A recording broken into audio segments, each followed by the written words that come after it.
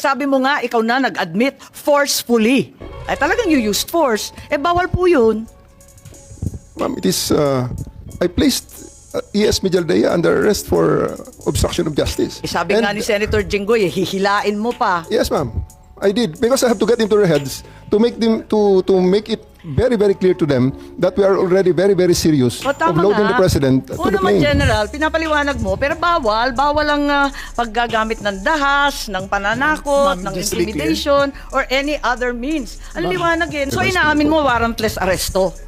Kasi yung Article 125 ng RPC does not apply kung may warrant. So, inaamin mo walang warrant. At the many stages, ma'am, all the many other Hindi, among make other up your laws. mind, General Torre. Warrantless arrest ba to o may warrant? Kasi ang liwanag naman ng Article 125 eh. Katulad nga na sinabi ko kanina, yung mga nakakulong nga, 24 hours pwede bumisita ang immediate members of the family.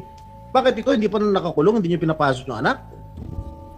Our mission at that time, sir, is to deliver him to the My God. body Kahit who issued the anong warrant, sir. mangyari, nasa batas yan. Nasa batas yan, General. Immediate members of the family, lawyers, priests, etc., etc. I should know. Nanggaling ako dyan. Tapos ito, hindi naman nakakulong.